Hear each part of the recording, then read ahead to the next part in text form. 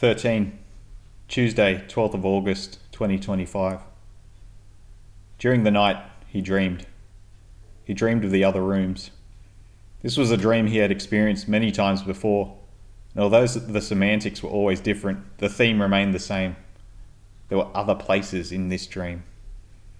Another room might be discovered tacked onto his home, through a door where before there was only a wall. Perhaps a second story was revealed, one that nobody knew about or used, or a bedroom awaiting repair, filled with spare furniture and storage.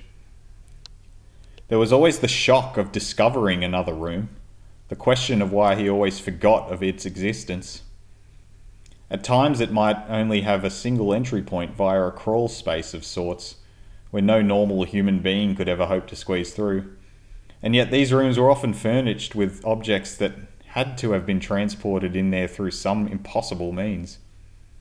Strangers and friends alike would mention the other rooms, sparking memories he wasn't sure were his, nostalgia for something he'd never experienced. He could see a road, a street, a path that surely led to the other rooms, and he knew that if he followed that path, he'd arrive there in time.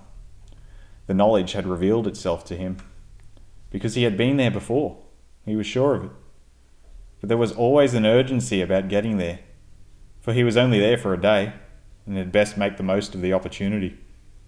To his chagrin, or sometimes delight, he had to travel by foot, and most of the time his dream would end before he arrived.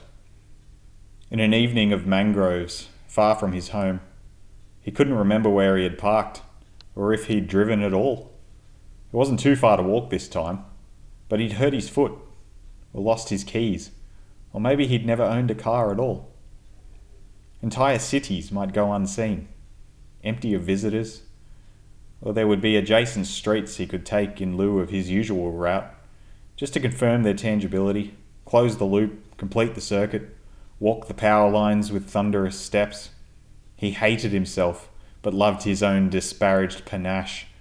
He knew one day he'd fall with a deafening crash.